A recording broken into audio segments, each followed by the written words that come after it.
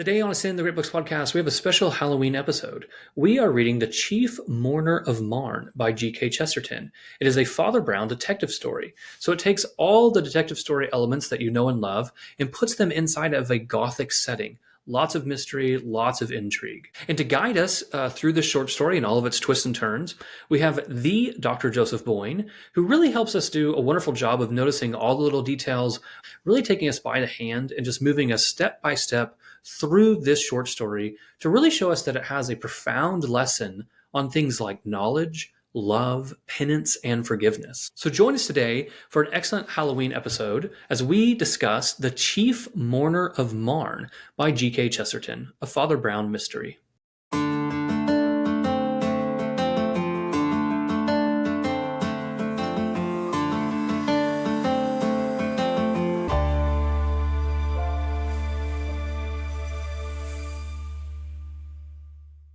Welcome to Ascend, the Great Books podcast. My name is Deacon Garlick. I'm a husband, father, and serve as chancellor and general counsel for the Roman Catholic Diocese of Tulsa. We're recording on a beautiful afternoon here at the Chancery. If you're new to Ascend, we're a weekly podcast that helps guide you through the great books. So far, we have read Homer, Hesiod, and many of the Greek poets. And on Plato, we have read First Alcibiades, the Euthyphro, Apology, the Crito, the Phaedo, and next week we'll have 2 episodes on Plato's Meno. Check us out on Twitter or X, YouTube, Facebook, and Patreon. We appreciate all of our supporters who have access to our written guides. We have a whole library of written guides on the great books and also a community chat on Plato.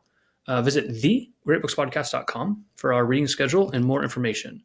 Okay, today we are doing something fun. So today we have a short story for Halloween. We're doing a Halloween short story, and we are discussing The Chief Mourner of Marne by G.K. Chesterton, which I will admit to everyone I read this morning. So it's going to be a great episode. And to help guide us through this wonderful short story, we have Dr. Joseph Boyne, who completed his PhD at Catholic University of America, where his scholarship focused on the influence of Romanticism on the writers of the Southern Renaissance. He serves as an associate professor of English at Tulsa Community College, where he teaches composition and literature with a special emphasis on serving TCC's dual credit, his high school student population. Dr. Boyne is also the co-manager of TCC's new Cornerstone program, an initiative funded by the Teagle Foundation to return the study of transformative texts to general education requirements so that all students attending college have the opportunity to engage with great thinkers of the past. Dr. Boyne, welcome to the podcast. Thank you. Thank you for having me. Yeah, no problem. We very much appreciate you being here. Before we dive in, tell me a little bit about the Cornerstone program. Oh, yeah, gladly.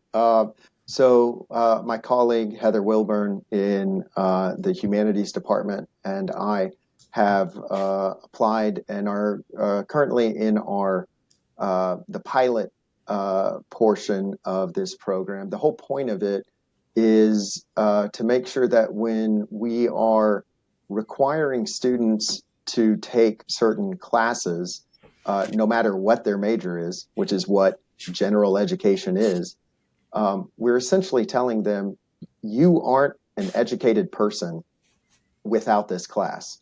And so that seems like those classes should be taken very seriously by the administration and by the faculty who teach it. Unfortunately, sometimes gen ed gets kind of ignored as the classes you have to take.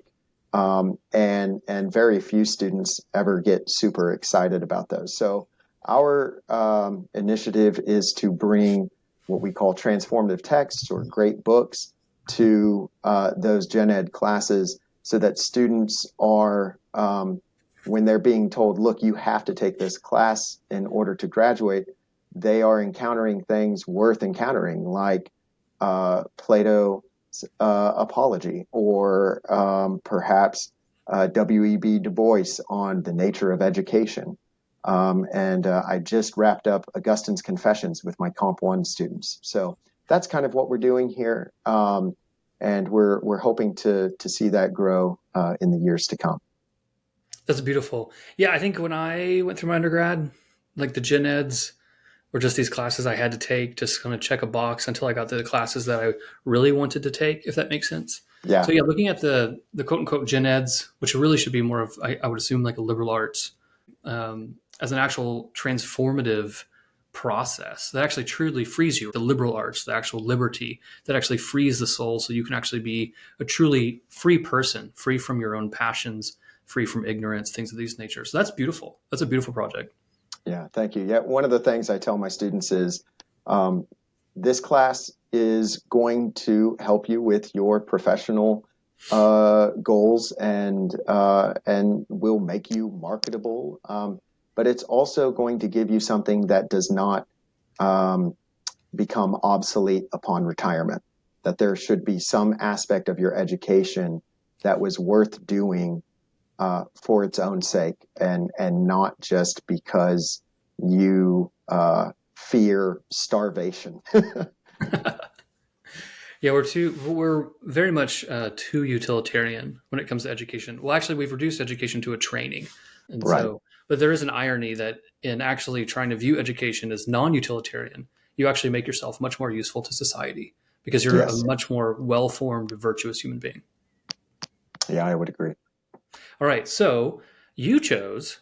I'm gonna blame this all on you. So you chose the Chief Mourner of Marne by G.K. Chesterton for our Halloween read this year. I read it this morning. I loved it. I thought it was a delightful read. And of course, like it's a Father Brown story, so we should kind of talk about what that means. So the Mm-hmm. whole time, I'm like really trying to pay attention. Like, okay, I know there's gonna be like these little hints and clues like throughout the text, and I'm still trying to like struggle to figure it out.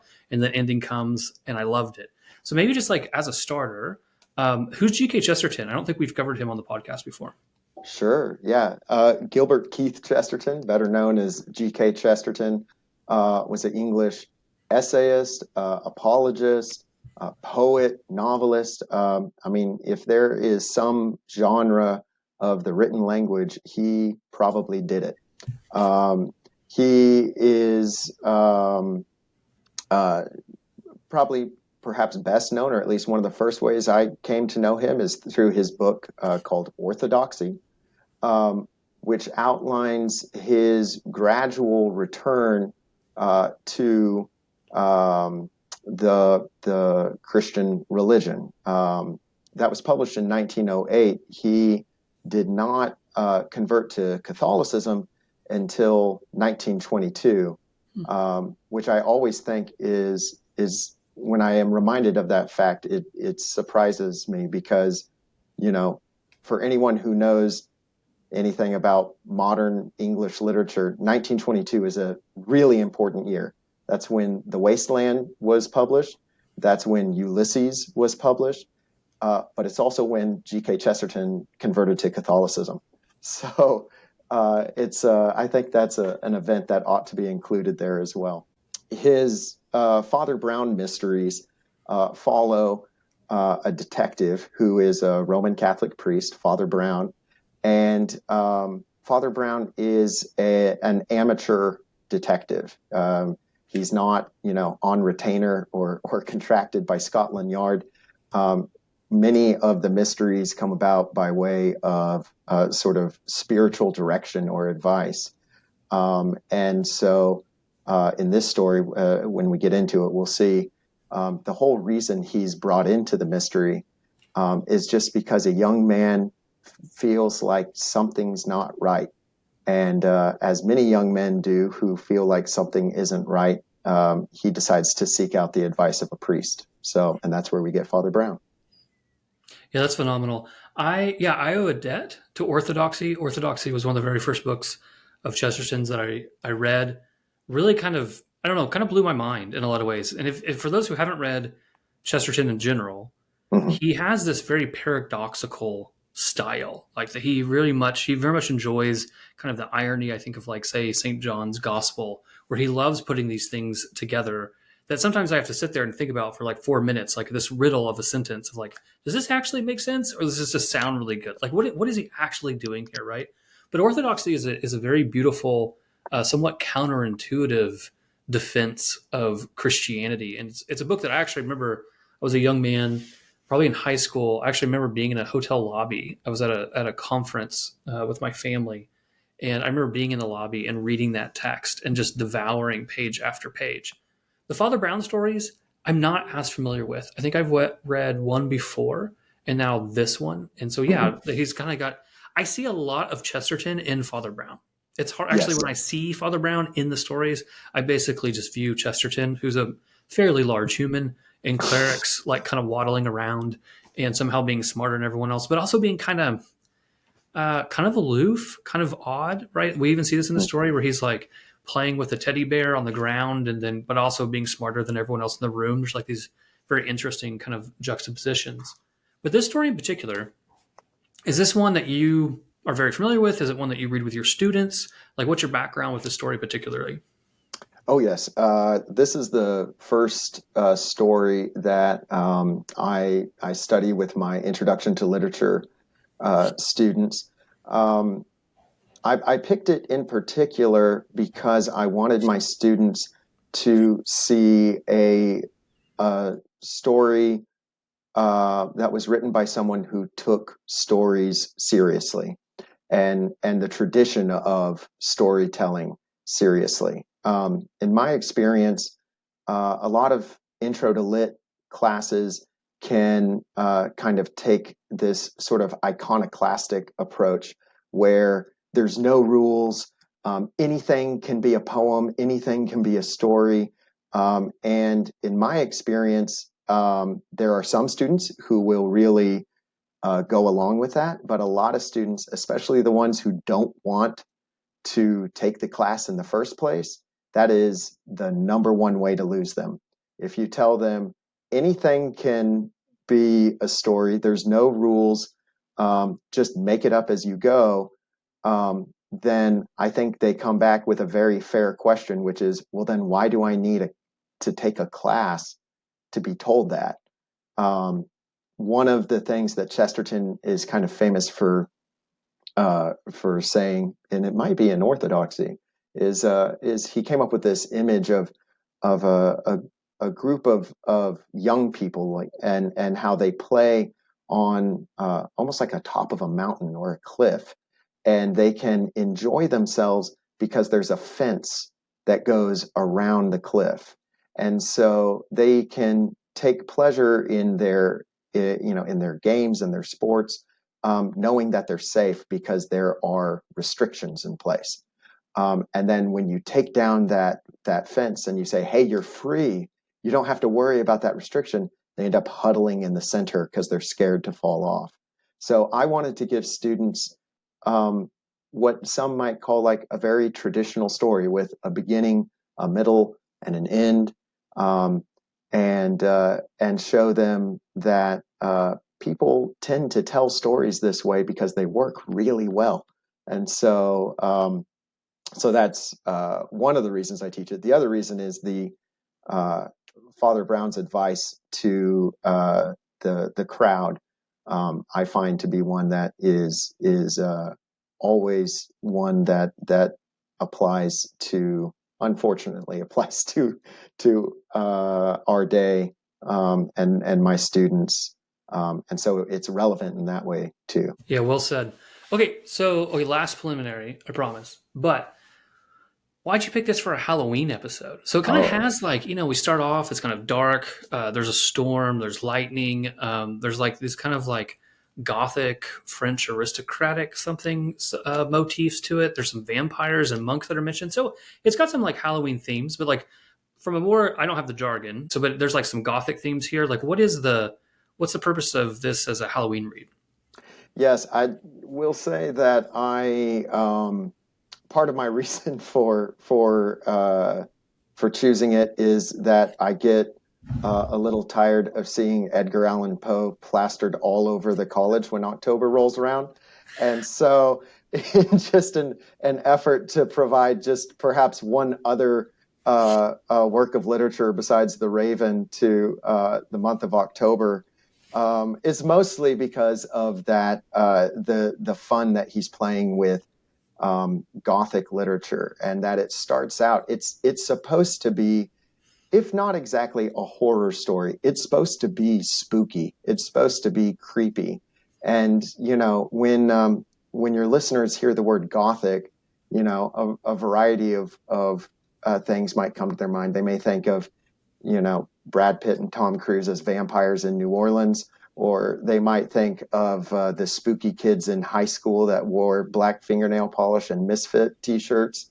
But originally, Gothic, referred to anything that was medieval, and so that to Protestant England in the Victorian period um, also included Catholics and Catholicism. So while scary, broken down castles and vampires and storms are part of that spooky Gothic thing, um, a real theme of anti-Catholic sentiment is also traditional to Gothic literature. One of the most famous Gothic novels is Matthew Gregory Lewis's The Monk, which is about this terrible, lascivious monk who basically kidnaps a woman, and the lesson, the moral of the story is the Catholic Church ruins people with its overly rigorous rules set up for its clergy, and this is what you get with the Catholic Church.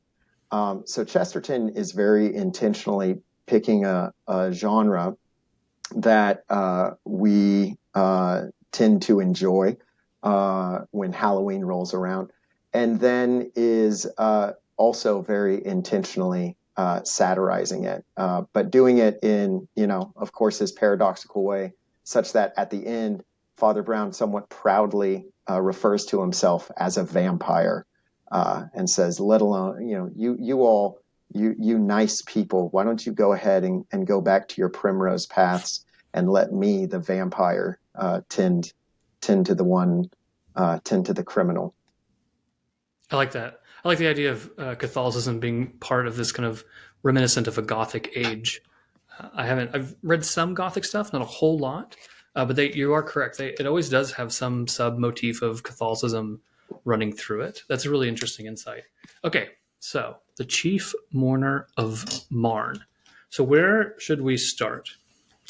Well, perhaps. I mean, I always like to start at the starting place, as I tell with my students. So maybe if we just read a couple of those first sentences, and our listeners will understand the Gothic nature of the story from right away. So, if you'll permit me, I'll just read a little bit here.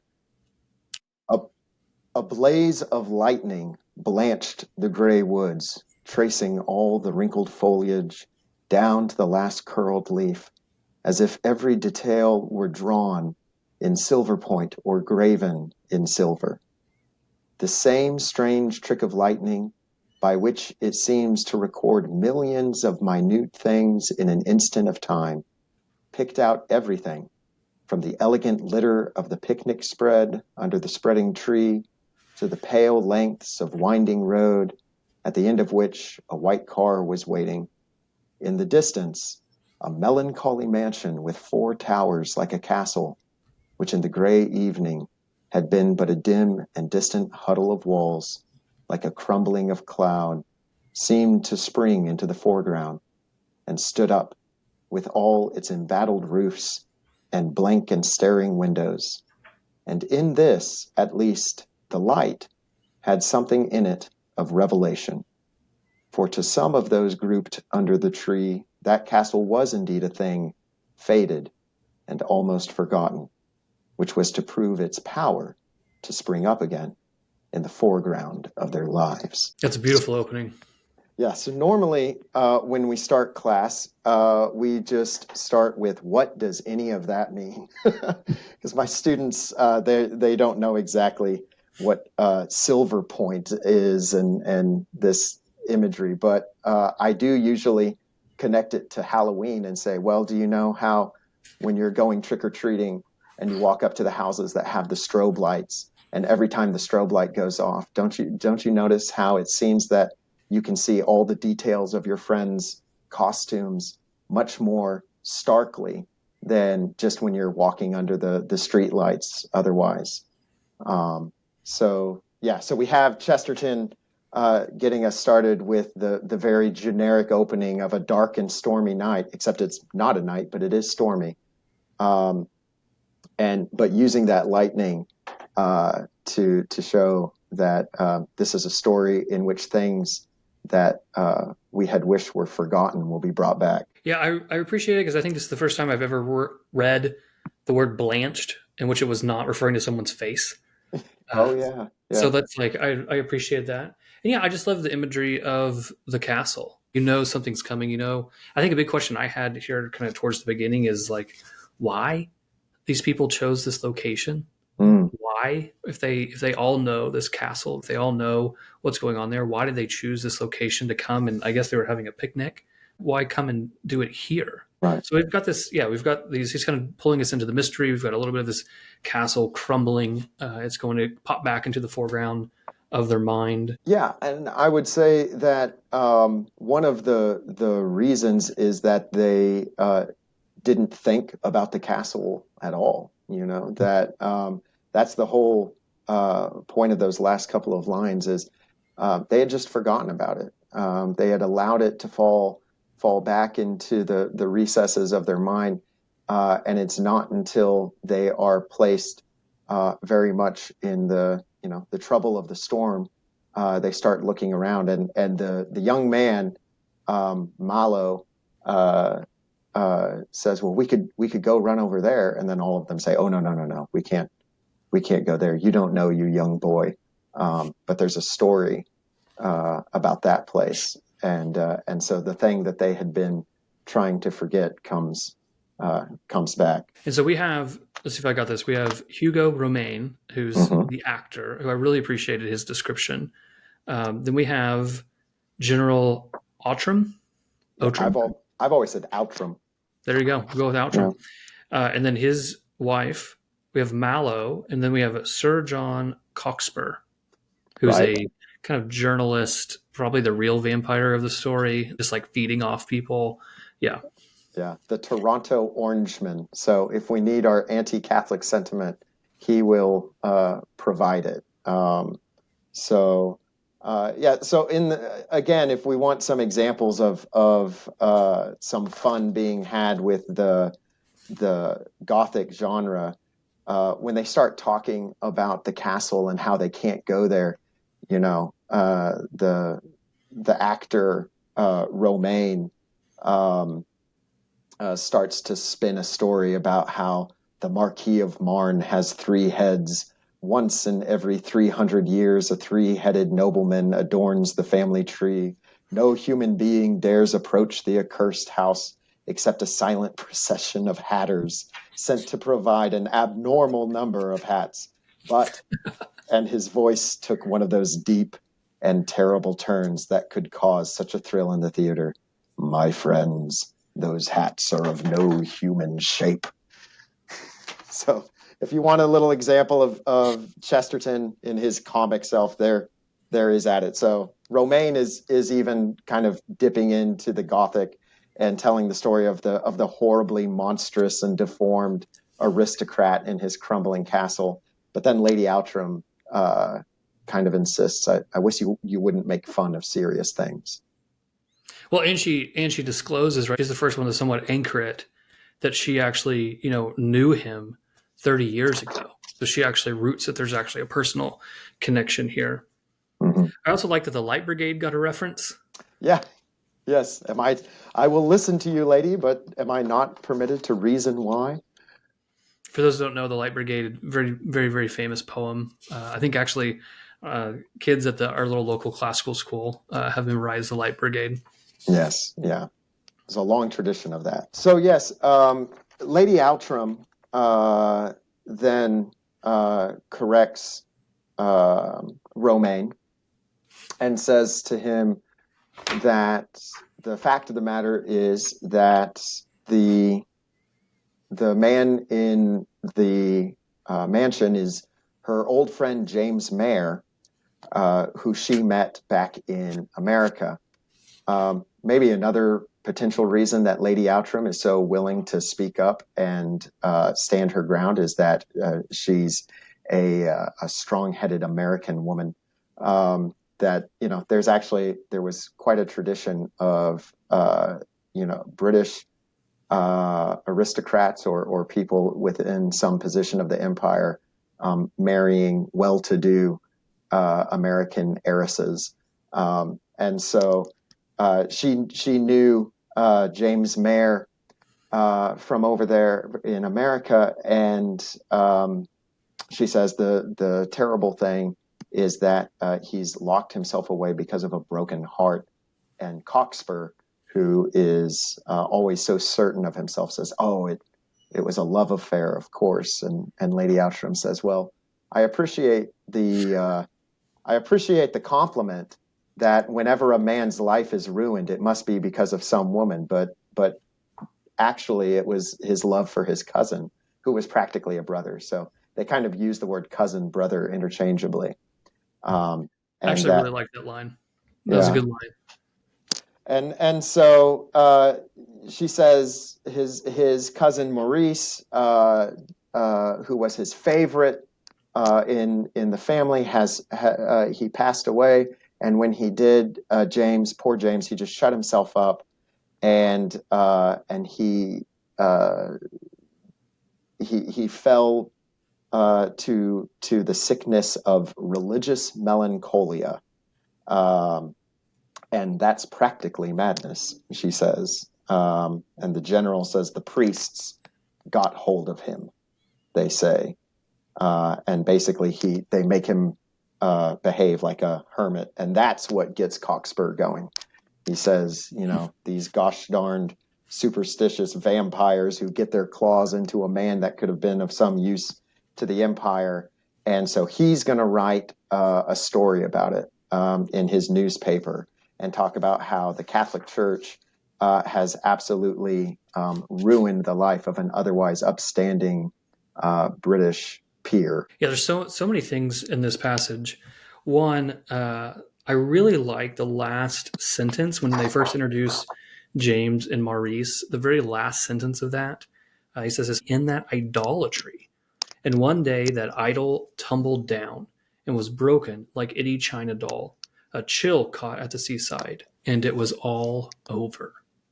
It's a Yeah. beautiful line, right? Of having this kind of relationship of making an idol out of something.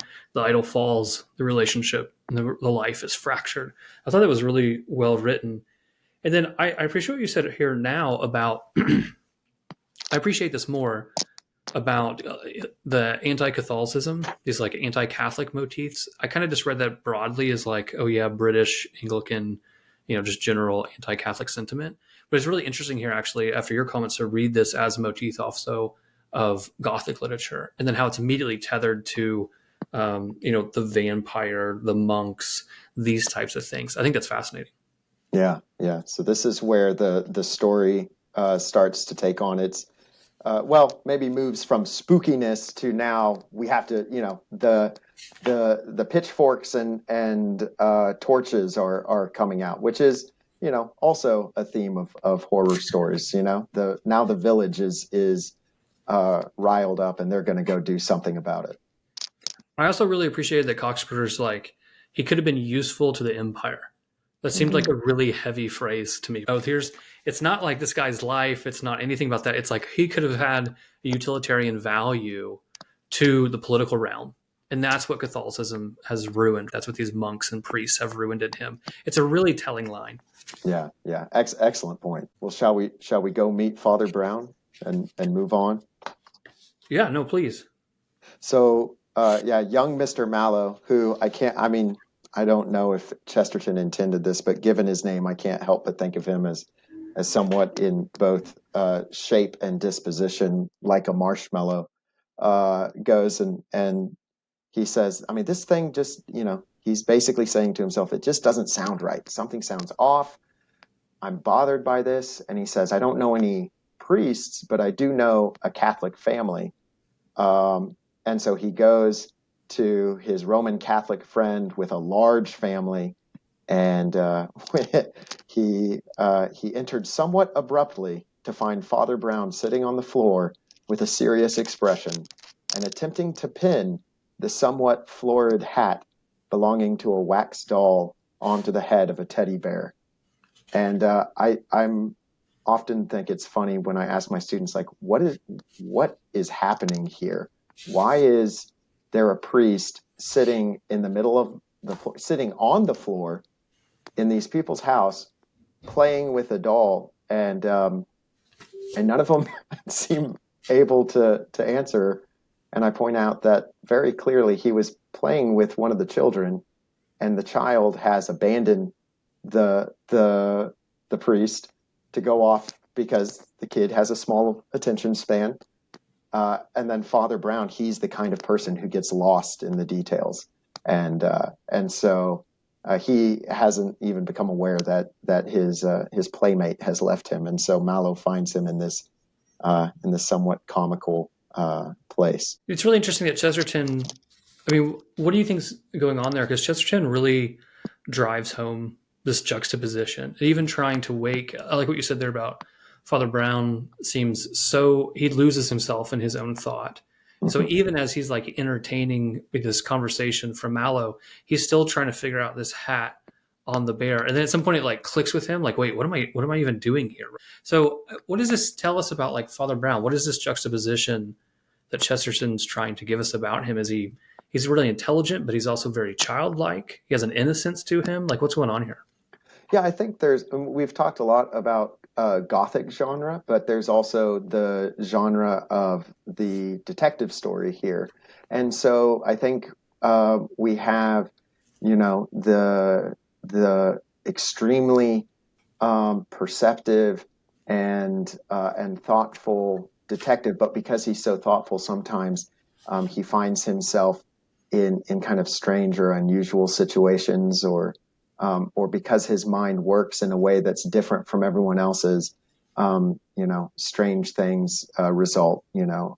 Sherlock Holmes uh, very famously admits that he's unaware that the sun is the center of the solar system because that doesn't help him solve crimes. So he, and so I think there is this kind of obsession with the idea of people who have a certain kind of vocation, and it makes them different and strange, a little weird, um, and and it's there's another detective show, a TV show about a detective called Monk, and his thing is always, well, I it's a blessing and a curse. My obsession with details is a blessing and a curse. That character has OCD, so I think there's a little bit of Chesterton playing with the conventions of the detective story.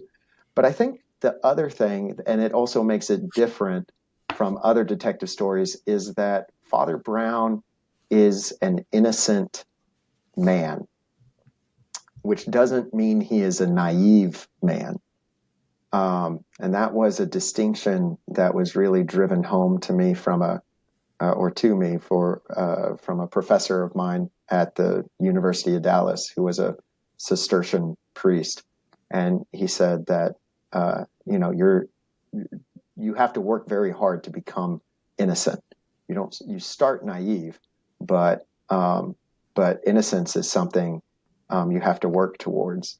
And so um, I think Chesterton is inviting us, along with Mallow, to see this innocent man and kind of scoff at him and say, "What a strange little man."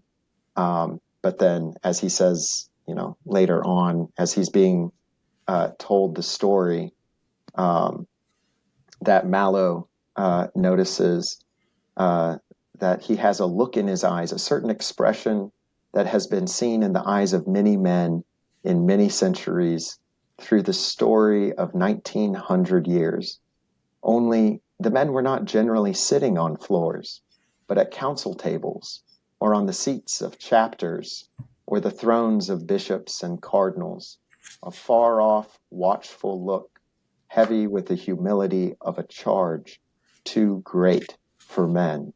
Something of that anxious and far reaching look is found in the eyes of sailors and of those who have steered through so many storms the ship of Saint Peter. So again, there's a connection between humility um, and the perceptiveness of Father Brown. So that's my reading of it.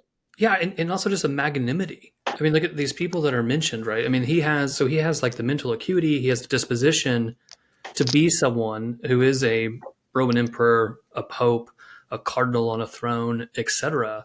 But here he is sitting on the floor playing, trying to pin this hat on this bear or whatever he's doing. And Mm-hmm. yeah, I really like the distinction you mentioned earlier about the between being naive and being innocent, and those two don't necessarily have to be like coupled together. No, I really appreciate that because I like you unpacking that because it's very clear that Chesterton is trying to draw a very clear picture here, right? He's doing that thing we talked about earlier. He likes paradoxes a Mm-hmm. lot. Here he's doing it in images when he writes like an orthodoxy. He does it in basically his grammar as he explains theological concepts. He loves these juxtapositions, and he really paints a really strong picture here. So then, Yeah. my understanding of like the impetus then of okay, so why does Father Brown decide? Is he just nosy? Does he want to go do this? Like, he's actually motivated by piety to do this. So he goes, oh no, like right, this is the following paragraph. He says, but if Sir John Cockspur is going to spread some sort of scare in his papers, right? Well, then I can Mm-hmm. hardly keep out of it. Okay, now I've got to do it. So it's piety that seems to actually motivate him, which is interesting because it's, Mallow comes, I think, because of the intrigue. Mm-hmm. Yeah. But Yeah. I then, yeah, go ahead. Well, I think you're right that there's a um, Mallow feels uncertain and thinks something's a little off, but also maybe there's a bit of a tendency in Mallow towards gossip and wants to get the inside scoop from a real priest.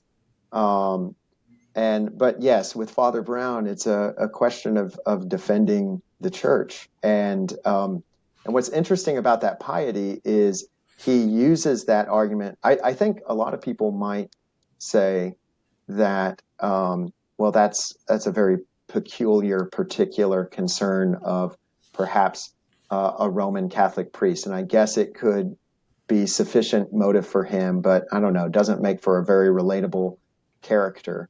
I've taught a lot of different students at the community college. I have not yet had the chance to teach a Roman Catholic priest amongst my students, so none of them necessarily identify with Chesterton or with Father Brown in this case. But later on, when he's talking to General Outram, he says, uh, if someone were to start to run down your company, your army, um, and suggest that you had abandoned your post or your men had demonstrated some cowardice in the face of battle, wouldn't you stand up and want to defend them? And he says, well, I also am a member of an army, and I have to defend its good name.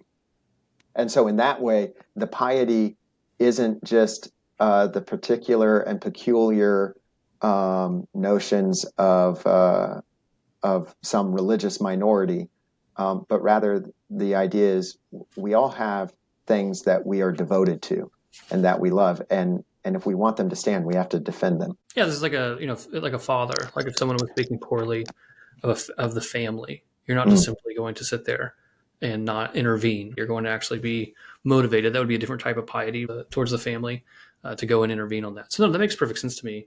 So here we get, I think, kind of like the very first real Father Brown esque pivot where he's like, "Well, I'm gonna go talk to the general." Why do you talk to the general? And then what's he do here? He points out a very particular implication in a phrase that we all probably just read right past. He says, "I think he knows more than, or I think he knows more than she says." Answered Father Brown. "You tell me." He used a phrase about forgiving everything except the rudeness to his wife. After all, what else was there to forgive? So yeah, he picks up on this slight, subtle implication that most of us just completely ran past. So now he wants to go talk to the general because clearly there are other things that he could have forgiven, and he wants to know what that is.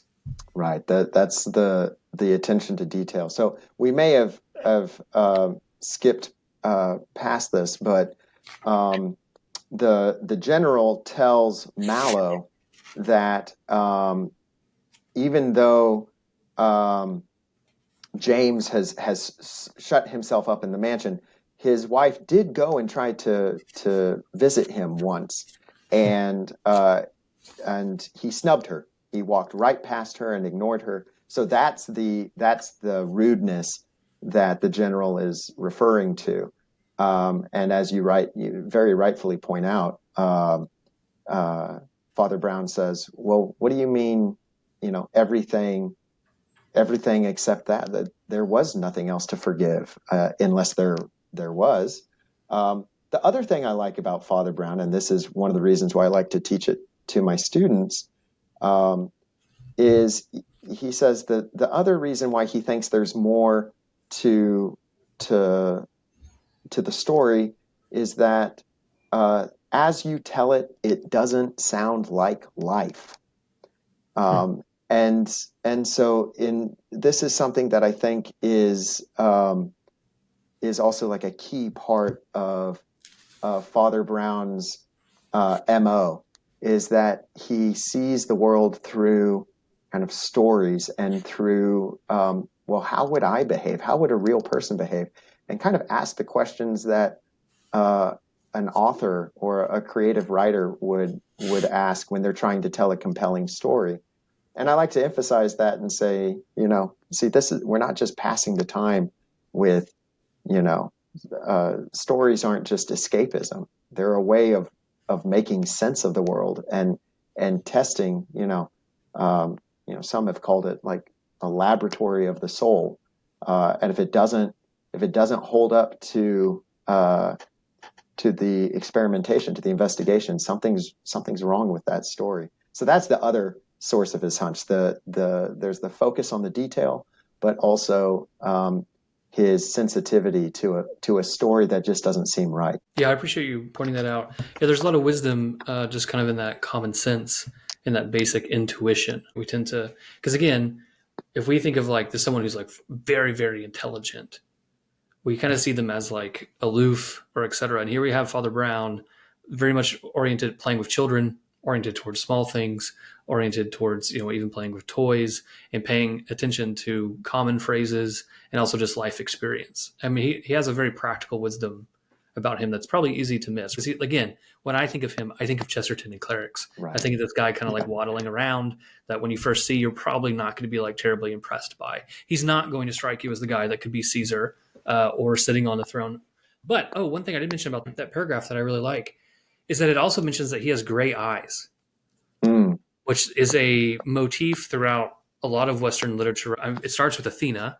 The gray of Athena's eyes is a very particular term in Greek in which it is like the gray, but it's also like the shine of yeah. like an owl's eyes at night. And so it's not simply that they're gray, but they're like a shiny gray. They're like almost on fire. Sometimes her eyes are called, because sometimes in like Figel's translation of the Iliad, he translates it as fiery eyes, but the gray and fiery is actually the same word. It just depends on how the sentence Interesting. it's going. It's also why she ends up being connected to the owl because they have the same eyes. So it's interesting that then when you read through literature, who literature gives gray eyes to. So there's all kinds of different characters throughout literature that end up having gray eyes. And so I thought it was interesting here that Father Brown then is kind of thrown into that category, this wisdom, this almost unworldly wisdom that can kind of, perceive things that everyone else is going to miss. That's some excellent attention to detail. I appreciate that. Well, I really appreciated this conversation with him in the general. Because as you mentioned, I mean, the rhetoric's great. The general's trying to shut him down at every pass. And you just kind of seen this unassuming, kind of goofy priest just use rhetoric to just crack him wide open. And I love it. And it starts off with the analogy that he draws that you already pointed out of just like, why are you messing with this? Why are you doing this? Well, if this was your regiment, if someone was Mhm. speaking bad about your men, would you not intervene? And I thought that was a great point. Yes, exactly. And then he uh, does something that I have to say is an approach I sometimes take with when I have the unfortunate responsibility of having to address a concern regarding academic dishonesty with a student. I say, okay, well, if you don't want to talk, why don't you just listen to me? And I will point some things out. And when you've heard enough, then you can interrupt me. And so he and that tends to work actually. My colleagues are surprised, like, how do you get so many of them to admit it? It's like, well, they eventually they want me to stop talking. Um, but anyway, yes, he lists he starts to list off the things that don't make sense, and it's interesting. Sometimes my class picks up on the implication, and sometimes they don't. Um, but he says, "All right, you compel me to state less sympathetically, perhaps, than you could, why it is obvious that there is more behind." And he says, first, it was stated that James Mayer was engaged to be married, but somehow unattached again after the death of Maurice Mayer. What should an honorable man break off his engagement merely because he was depressed by the death of a third party? A second point, James Mayer was always asking his lady friend whether his cousin Maurice was not very fascinating and whether women would not admire him. I don't know if it occurred to the lady that there might be another meaning to that inquiry. And then he goes on and lists other points. It's strange that he didn't want to have any more pictures um, of Maurice in the house afterwards, and that they seemed to bury him hastily and without the due honors. And he says, and so when you would blacken my religion to brighten the story of the pure and perfect affection of two brothers, it seems, and then the general interrupts him and says, stop, stop, I will tell you, otherwise you will imagine something worse. And he says, it was a fair fight, it was a duel. And Father Brown says, thank God, that's a great deal better. Um, did what was your understanding of those implications there? Yeah, that's well. I where I was going with it, right, is you think there's going to be some kind of murder over a love interest. I mean, I think that's the basic implication, or that would just be a normal turn of a story, right? So you've got these two brothers. You've already had this kind of awkward thing of James kind of telling Maurice, like, oh, is it like, telling his own woman, like, hey, isn't he like fascinating? Isn't he like this? So you've already got kind of the setup. You also already have the general's wife. I wasn't sure where she was going to fit in, right? So you already have the general's wife who's admitted to this, previous, relationship, not romantic. We just know there was a relationship there that hasn't been ferreted out. So I think at this point I was like, okay, yeah, someone murdered somebody over love. Mm, So I guess I'm going back to the original thesis that actually it is women who end up ruining the lives of men, right? So my default is somehow still defending that thesis, but I so when he says a duel, a fair fight, that actually landed and impacted me because I was like, oh, okay, so it wasn't a murder. So that immediately that relief that you feel in the story there, I did feel that relief because mm, that's what I thought we were going towards. I thought we were going towards a murder. I see. I see. What did you? Yeah. I mean, what do your students think? I mean, are they? Well, Um, when I point out to them that and it might be strange this reading for a story that was published in 1925. Um, but he points out, that well, uh, why didn't James just go ahead and marry the woman he was already engaged to? This other person's death shouldn't have interfered with that.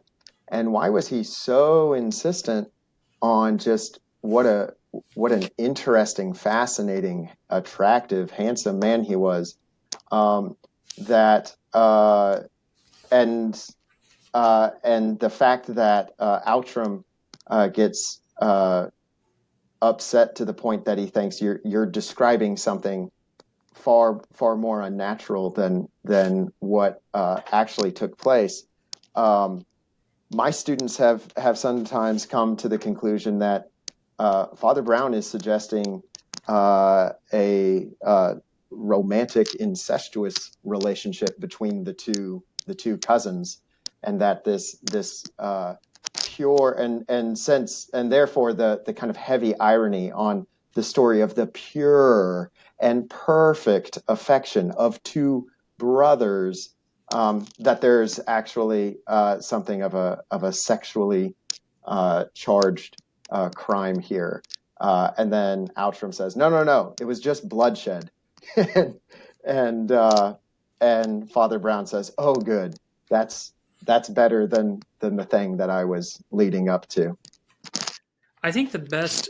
I didn't take it that way. Mainly, I think because they were family members, Right. and so I didn't take it that way. I will say though that might align more because I think of his like 5 points he makes here, the one that I found the most peculiar that I don't think I really settled well was the second one where he says that James was always asking his lady friend whether his cousin Maurice was not very fascinating and whether women would not admire him. I don't Yeah. know if it occurred to that lady there might be another meaning to that inquiry. So that would lead into that one because I will say that I don't actually have a great translation in my head of what his implication is there. Yeah. Yeah. I mean, it's it's a reading that I've come to, and I will admit I am not a Chesterton expert or scholar, and so what literature there is on this, I'm not particularly fluent in. But from what little I've done to look into it, this is a reading that some people advance, which I think is somewhat surprising for a story published in Harper's Magazine uh, in 1925.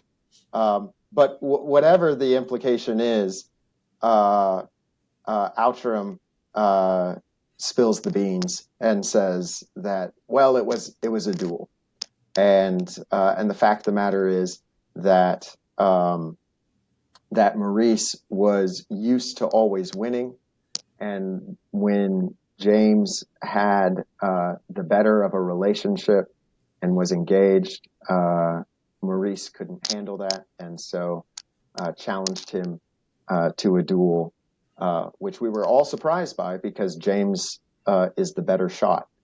Um, and I know this, says Outram, because I was James's second, and Hugo Romain was Maurice's second. It was kind of funny, just as a side note, that the general cry out "stop" like a pistol shot. Yes. It's just these little idioms that he's using to kind of tie things together. So okay, so the second, so there's a duel. What I took from this is like there's a duel. Mm-hmm. Each person gets a quote unquote second. I'm assuming that's someone that's going to be there to help them after the duel. And so James, he gets the general, correct? Then Maurice gets the actor, That's Hugo correct. Remain. So these guys are the only witnesses, and he denies a surgeon being a doctor being present. So they have no, and they're off on this kind of. I took this as like this remote inlet kind of beach that they can go to, and I like this phrase, right? It was probably the last duel in England. Right. Yeah.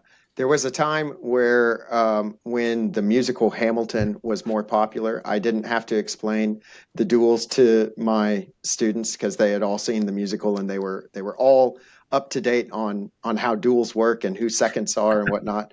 And now, the trends in music come and go so quickly that I have to explain all the points that you just so nicely did. The one thing I'll point out is that, because James is just kind of clearly the worse, uh, or rather, Maurice is the worst shot because he says, "Nah, I don't want a doctor there."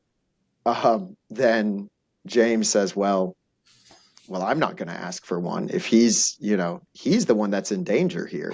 So we just won't have a surgeon present." Of course, as the story advances, we find out that there's another reason for requesting the surgeon not to be present. It's amazing, like when we read the Iliad. So we read Homer for a year on the podcast, slow pace, just like one book a week. And people would often ask, like, what's the best like commentary like on the Iliad? Well, First, there is an Ascend guide if I don't want to cut my own legs out from underneath me. If you'd like to go check it out, it's like over 100 question and answer. Go check it out. It's wonderful. But in reality, when you read the great books, honestly, just reading it a second time, Yeah. like on that second read through, you just notice so much stuff. So, for instance, like the doctor, why does he not want the doctor there? There's no way for you to really understand why he doesn't want the doctor there on your first read through.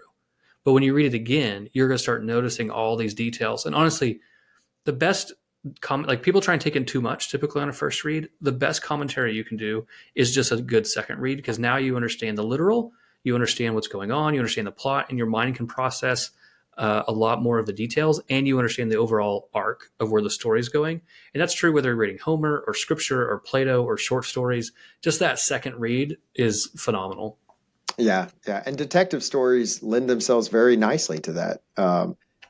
Once you know the trick, once you know the solution to the mystery, then you want to go back and reread it. Um, Well, detective yeah, stories are humbling, right? Because when you reread it the second time, you're like, oh my gosh, how did I miss that? It was exactly. so obvious what was going to happen. How did I miss that? Yeah, so they're a little humbling on the second read. Yeah, you had pointed out some lines that stood out to you as particularly well written, and I wanted uh, to here on page 10. There's a description. We kind of get inside the mind of Father Brown. Outram tells him uh, that uh, you know James fires the pistol, and Maurice falls to the ground, and James starts waving to Outram, "Go, go, go, get the doctor." So the general has to run over the sand dunes and back to town to go get the doctor. By the time they get there, um, the man's already dead. The other one has already left. There's not really anything to be done.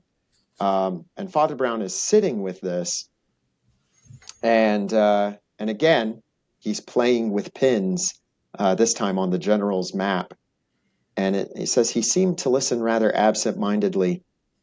He had the sort of mind that sees things in pictures, and the picture which had colored even the prosaic mind of the practical soldier took on tints yet more significant and sinister in the more mystical mind of the priest. He saw the dark red desolation of sand, the very hue of Oswaldama, and the dead man lying in a dark heap, and the slayer stooping as he ran, gesticulating with a glove in demented remorse. And always his imagination came back to the third thing that he could not yet fit into any human picture, the second of the slain man standing motionless and mysterious, like a dark statue on the edge of the sea. It might seem to some a detail, but for him it was that stiff figure that stood up like a standing note of interrogation. And so that's of course he's focused on the fact that Romain, after Maurice is shot and falls, he just stands there. He doesn't move. And and Father Brown, with his very detail oriented mind and his ability to see things in pictures, once again says this doesn't work. This story is off. Yeah, the whole paragraph is beautifully written. It's really wonderful. It also just kind of gives you a step into Father Brown's mind. Yeah, and this, I will say that there are a lot of things about the story that I found to be very clever. The the man standing and not being like when he tells the story, I totally agree. Like that, the him just standing there, that really, yes, that stands out as a very interesting fact. Something that seems almost inhuman. Why would the second simply stand there? Like, and obviously there's this palpable, like, is he waiting for something? Like, what? Mm-hmm. Why isn't he moved? I think it's really, maybe this is my own ignorance. Tethering that to the beginning, where he like isn't moved by the lightning, and he stands and he counts for the thunder. I don't know that one. I found that one really tenuous. I'm like, what? I mean, does it make sense? Like, I guess we can get Right. into that later, but like this is like, it stands out to me very well as a detail of the story that is a signpost that something is abnormal. That makes perfect sense.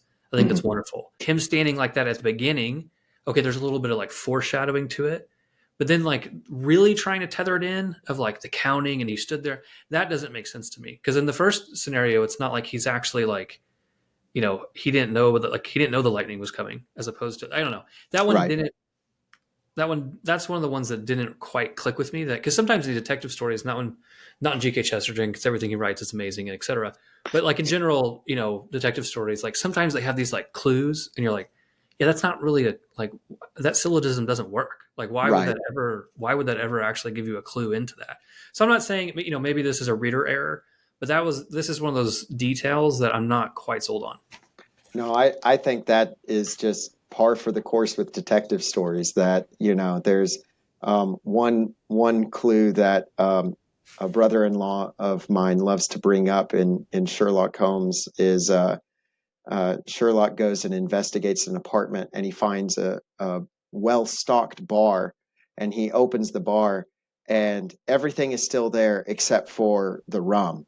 And so from this, Sherlock determines that their suspect is a sailor because only a sailor would drink rum when you have perfectly good scotch right here. And so whenever I offer my brother-in-law, do you want a daiquiri? You want something with some rum? He's like, do I look like a sailor? Um, Right. so so yeah, I think it's kind of par for the course. We like to imagine the authors having these great, sort of like, I mean, how can they think of these stories? And sometimes it's a little ham-fisted. I will admit, the fact that Romaine didn't move when the lightning flashed because he was waiting for the thunder and he was counting it out. And now Romaine doesn't move after the pistol sounds. He must have been waiting for something. It's a little, it's a little too simplistic. But um, you know, we want to talk about the tradition of great books. I'm pretty sure at some point in the Oresteia, someone says, "Oh, Orestes is back because these Yeah. footprints totally match his sister." And there's a long tradition of people saying like that's kind of silly. Yeah, and they have like the same lock. I think it's the footprint and then a blanket and a lock of hair. And like the blanket kind of makes sense because it's a particular weaving. It like Yeah. matches. That made sense. But then, yeah, then there's another like our lock of hair. Look, it's the same color I have. We must be siblings. I'm like, first off, I have siblings and we don't have the same color hair, right? Right. Yeah, I remember when my small group read that. We read it on the podcast too. A lot of people are like, "Yeah, this does not click with me like at all." So no, that's a good. I appreciate that. That's a good reference to the ancients. So here's a question: Mhm. when do we think Father Brown figures it out? Because, and again, kind of now going back in retrospect, because I did not have the benefit of that second reading, kind of doing it right now, is when he's done talking to the general, he says, "General," he almost whispered, "for God's sake, don't let your wife and the other woman insist on seeing the Marne again. Let sleeping dogs lie, or you'll unleash all the hounds of hell."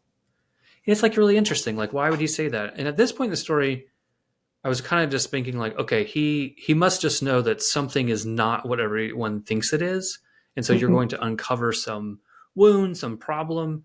But at the same point, then the next time we see him, right? Because don't they get together? They have their little like group that gets together, and they go to the castle, and who comes out? Father Brown. Right. So the next time we see him, he's already gone and kind of made his pitch, and now he's on the other side of things. So do we think that he had already figured it out by now, or he just had intuition that this story cannot be what everyone's telling me it is?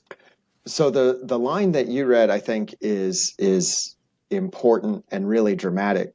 But the moment of realization, or the I like to give my students a little bit of Greek, and so Aristotle calls this anagnoresis, right? That moment of realization um, is, I think, slightly before that, where as Outram is describing Romaine's habit of standing still and counting when he's expecting something, um, the general kind of interrupts himself and says, "Are you ill?" inquired the general, and Father Brown says, "No, I'm only not quite so stoical as your friend Romaine.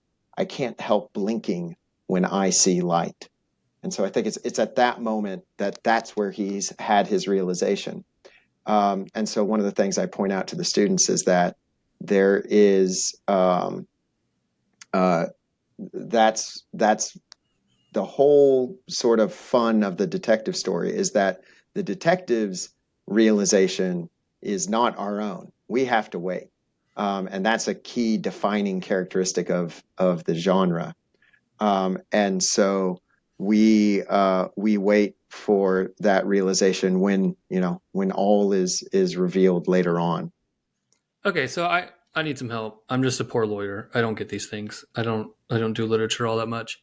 I don't understand like, oh, I unlike your friend Romaine, I blink when I have light.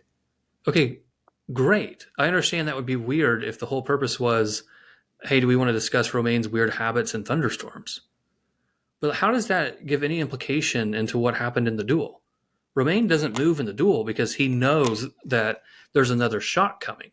Right, And so there's nothing about light. There's not. I mean, at first I was like, oh, please don't let this be some weird story where Romaine's blind somehow and no one knows it. Like, like yeah, there's yeah, some terrible thing like, oh, well, he doesn't move because the lightning doesn't bother him because he's blind. I was like, come on, we got to be better than that. Like the oh no, we didn't know he was blind motif has been done. right. So like am I missing something? Like what is it about this passage?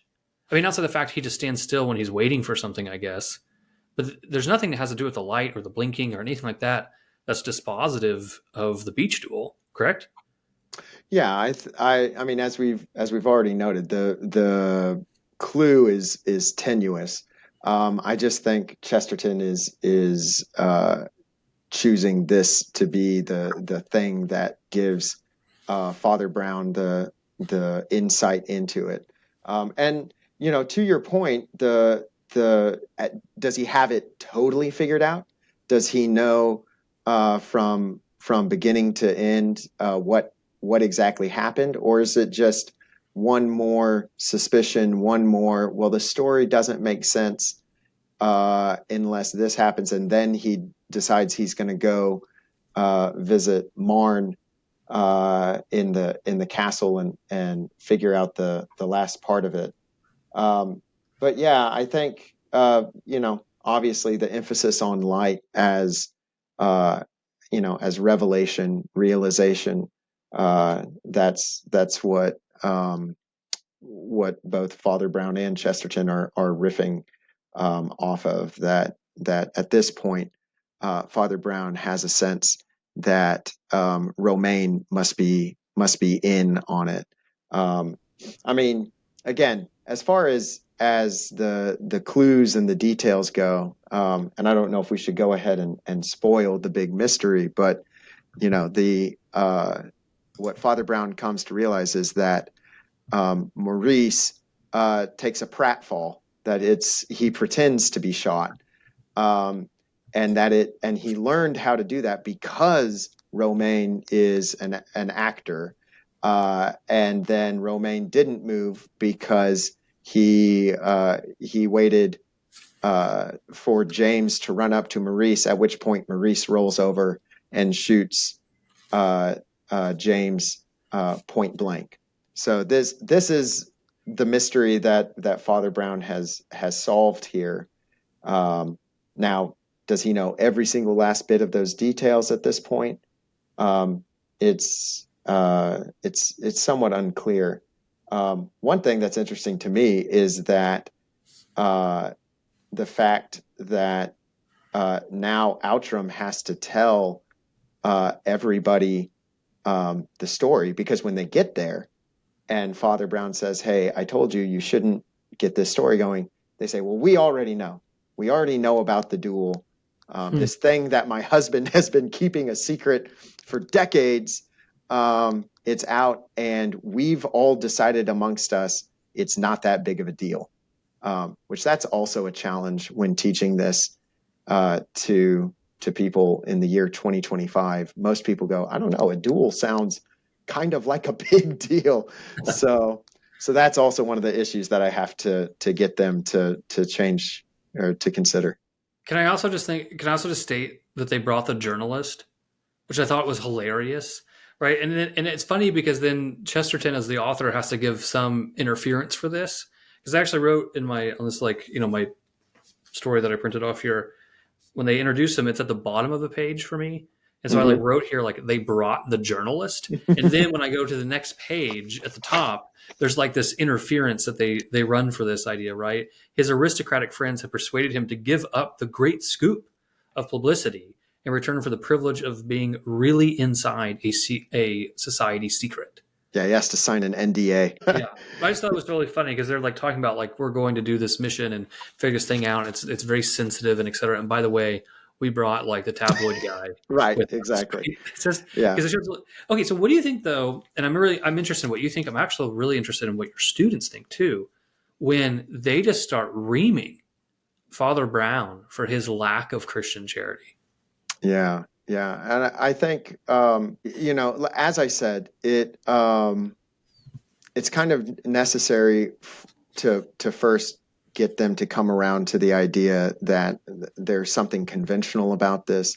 They've all decided that it was an accident, and so I suggest maybe it would be helpful if we thought of this as like a game of chicken gone wrong, right? If you think of two cousins who get in their cars, and not that, I mean, it's it's not the 1950s, and people aren't driving their hot rods at each other like that, maybe as much as they used to, but they seem to kind of wrap their head around that, and because some of them, I will say, some of my students are um, maybe on Father Brown's side, or say, no, he did something wrong. This is really bad. Um, Now, granted, the big thing here though is that Father Brown knows the secret. right, So I think one thing that's interesting in my head as I try to explore this is the tethering between knowledge and love. And that love really is predicated on knowledge, right? You really can't love what you don't know. And so what you right, see here, I think towards the end of the story, is you're going to see then that they've all made a certain decision collectively as a group based on the knowledge of what they have, that then they have to extend this Christian charity. And I think one of the ironies about this is going to be is that then when the knowledge shifts, are they still willing to extend that kind of selfless, abyss of mercy towards someone, or when it moves outside their own comfort zone, then they retract it, right? So I think there's a really, towards these last couple of pages, there's a really interesting tethering here between knowledge and love. yeah, excellent, absolutely, and to be clear, just so that we're clear on what the terms are, um, the the friend group basically say we want him to return to society. We want him to come back and be our friend again. And Father Brown is saying, no, he really does need to be by himself, essentially for the rest of his life. And that does sound really bad, even if you think duels are not a good thing. um, it to a certain degree, it's almost like a life sentence without parole. And as they fire back that that's not Christian charity. That Christian charity is the love that can forgive and forget. Um, and of course the Cockspur says, well, that's all the charity you'll get from one of these priests. And the difference here is now they've actually brought the woman who was supposed to be, who was the fiance, and she says, God soften your heart, I'm going to speak to my old friend. And at this Yeah, point, Miss Grayson. yes, yeah, Viola. And so she pushes back past the priest, and at this point he kind of gives up and says, well, it's what's going to happen is going to happen. But I will tell you, at the very least, General Outram, that Marne didn't snub your wife. Uh, he never knew her. He didn't know who she was, and before he has a chance to really explain that, Viola screams out the name Maurice, and we find out that it's not James locked away in there. It's the other one. And Father Brown, as we've already made clear, he describes the way the murder went down, and then he turns to them with this knowledge, uh, and he says, "And now I leave Maurice Maire, the present Marquis of Marne, to your Christian charity. You have told me something today about Christian charity. You seem to me to give it almost too large a place. But how fortunate it is for poor sinners like this man that you err so much on the side of mercy and are ready to be reconciled to all mankind." At which point the general explodes and says, "I'm not going to touch a filthy viper like that." And Cockspur says he should be hanged with some otherwise colorful language. And Mallow says, even nice, sweet Mallow the marshmallow says, "Well, I wouldn't even touch him with a barge pole." Um, and this is the part where I really press on my students and ask them if they agree and not just agree, but understand what Father Brown is getting at. Um, and and insisting that, like, not only did you not understand uh, the crime, but you didn't understand the nature of your own forgiveness, which is to forgive a crime. And what you confused with forgiveness is really just um, the assertion that no crime was ever committed in the first place, and that's what it means. There's a there's a real uh, there's a real difference between saying no problem and I forgive you. Um, and that's what Father Brown is pointing out here. Yeah, Uh, two thoughts that occur to me. One is I'm a little sad that Milo didn't have some kind of maturation arc. yeah, So he's like the only character through this that you think maybe like he saw Father Brown, he engaged him, he's kind of gone through this. You kind of think that, but we don't get it, right? He just kind of he falls in with the crowd.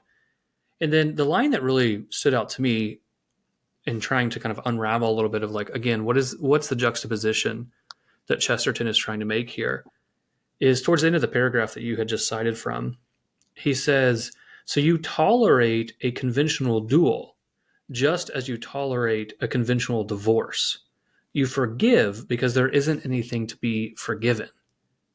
And I found this like really interesting because we should point out that duels were outlawed by the mm-hmm. church, right? And so it's a sin. And so this is it's a sin for multiple different reasons. And so, but they find it to be conventional according to whatever their societal norms are, just like they've agreed to divorce, which is obviously a loaded example to a bunch of Anglicans. And Right, so, that's what I found really interesting because we, right, so not just to be critical of third parties, we tend to be most forgiving towards the sins that we're empathetic towards. So like if I see someone struggling with something that I struggle with or that I have found normative, or even God forbid, I've kind of decided really isn't really a sin anymore, then I'm very forgiving towards that sin. While things that maybe I don't have empathy for or I'm politically aligned against or whatever, then my forgiveness is withheld. And I think one of the things that he's pointing out here is simply that the charity and the forgiveness and the mercy is not actually consistent. And because it's inconsistent, it's predicated upon basically human dispositions. And because it's predicated on human dispositions, it's not actually Christian charity. It's not that radical forgiveness that can step into situations and bring healing. Here, they were just kind of trying to bring their friend back into polite society because they didn't have a radical forgiveness. They really were just kind of forgiving him or kind of really looking the other way on something they didn't really find that big a deal. exactly. Yeah, yeah. And what you said about Mallow, I think, is really important, because the other concept that I really try to get across to my students with this story is what the Greeks called peripeteia, or which is a turn of fortune. And I tell them that that's based off of the protagonist, right? If the protagonist's fortune goes up, then we call that a comedy. And if the protagonist's fortune goes down, then we call that a tragedy. And so um, Father Brown is clearly the protagonist, and he wins. Um, and he solved the mystery. He defended the reputation of his church. Um, and yet, um, at the end of this, um, he there's a melancholy tone. And I ask them, if you don't mind, maybe we could just read the end of the story here. Oh yeah, go for it. Mallow says, "You don't expect us to be able to pardon a vile thing like this." And the priest says, "But we have to be able to pardon it. We have to touch such men, not with a barge pole, but with a benediction," he said. "We have to say the word that will save them from hell. We alone are left to deliver them from despair when your human charity deserts them.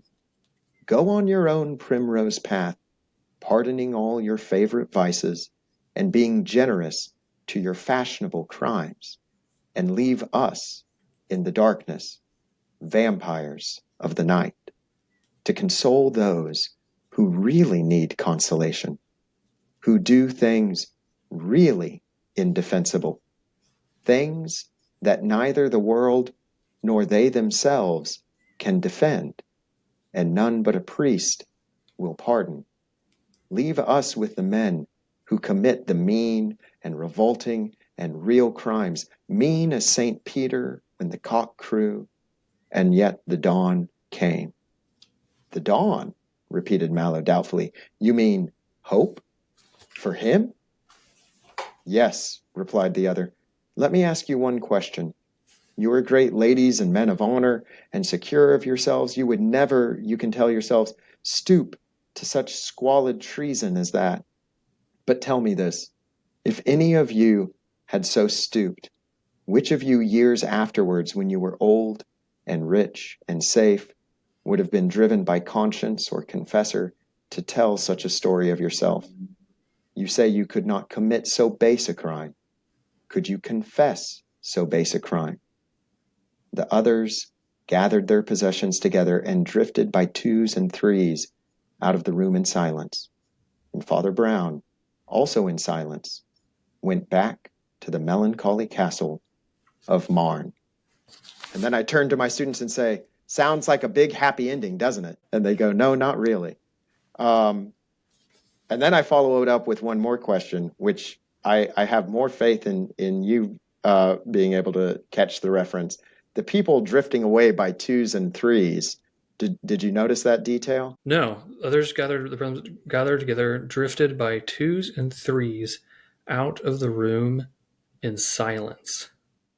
So the note that well maybe I don't remember that detail, but what I wrote here, we'll see if my general impressions were right, is that my note, which I'm going to be as honest, there it is that this was a cast the first stone narrative. Exactly. Yeah. So it just dawned on me Exactly. that that is part of it, but I didn't remember that when I read it. But the whole impression, this was a cast a stone narrative. I think the ending's brilliant because the he's already kind of chastised their view of charity, but then to turn the whole thing on its head and be like, hey, by the way, the guy that you're here to save is actually the one who's on the path to salvation. Right. He's the one who's actually doing what he needs to do.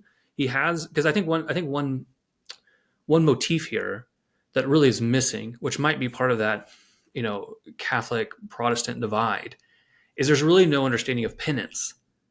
There's Right. no understanding of having to, like, yes, you can be forgiven, but you still have a wound that has to be worked through and cleaned out and healed and these types of things. You have a certain penance that you have to receive, not because of just like arbitrary rules or like, as this notes several times, of um, that the church just imposes these dark things upon us, but rather that you have committed some kind of crime, you have committed some kind of heinous act, and it Right. takes a while to work through that, just in the general human psyche. Yeah. And so what I point out to my students is that we, by just the nature of the detective story, even though Father Brown is our protagonist, the center of consciousness in the story where we follow along, we're one of the crowd. And so what is the crowd's turn of fortune by the end of this. For Father Brown, it's been good. He was faced with a problem and he overcame. It's comic. It's that there's been a success. But if we're amongst the crowd, we we think to ourselves, the the righteousness that I was so certain of maybe isn't as sturdy as I had thought. And that one of the things a detective story is supposed to do is put the world back to right and return us to the Garden of Eden and make everything feel safe again. But what Chesterton does in his detective story is he sends us out of the garden and says, you have some penance to do. And not only that, you need to think about what it really means to be innocent and to be forgiven. Um, and rather than them go off and do that work, which I imagine to be a very solitary one, instead they drift off in twos and threes so that they can just hang on a little bit longer to their shared sense of their own self image. It's a beautiful ending. It's a really beautiful ending. It just turns things on their head, and I really like it. It reminds me, in a lot of ways, it reminds me of a Flannery O'Connor story, Yes. because she Yeah. loves those kind of endings. One, it has a kind of a strong moral motif, but then also it's typically almost always in her stories the person that is the downcast, the deformed, etc., is the one who actually is working out their salvation in fear and trembling. And all the people who feel sorry for them, all the people who are here to help them, are the ones that are actually the ones that are deformed in soul. So I really appreciated the ending. Yeah. Yeah. I think it's terrific. Well, any other kind of final comments, thoughts? I'm sure we could talk for a long time about this. It's a beautiful story. I deeply appreciate you recommending it. I'm just going to admit to the audience that I did email Dr. Boyne and ask him if he wanted to do a Poe story or an H.P. Lovecraft story. So now I know that he saved me from just being another hackneyed podcast in October that it covers Poe, even though we haven't covered Poe on the podcast. So I actually want to get to him at some point. But this was a beautiful read. Any other kind of final comments?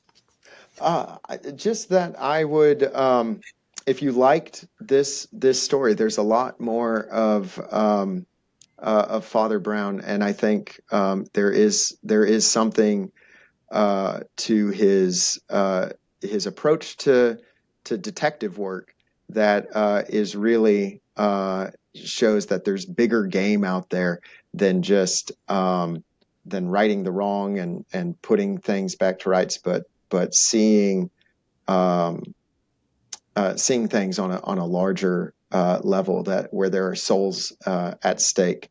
And I don't know. I think for something that is sometimes pejoratively referred to as genre fiction, that's a pretty big game. That's a big task, and so for anyone who thinks, well, I'll just take it easy and just read a detective story on the side and not deal with those great books. Well, you can get some pretty great ideas out of the little detective stories from time to time. Yeah, no, this was a delightful read. I deeply appreciate you recommending it. And I deeply appreciate you coming on the podcast and guiding us through it. So thank you so much. Absolutely. Thank you for having me. Not a problem. All right, everyone, join us next week. We're jumping back into Plato. So we have 2 episodes coming up on Plato's Meno, and then we have 3 episodes coming up on Plato's Gorgias, which is a very beautiful, long, but complicated dialogue, but probably actually one of my favorites. So join us as we kind of continue our Platonic studies. And then for Christmas, we are going to read Sir Gawain and the Green Knight together, which is a phenomenal read. So go check us out on Twitter, X, Facebook, Patreon, YouTube, and all those good places. And we will see you next week. Thank you.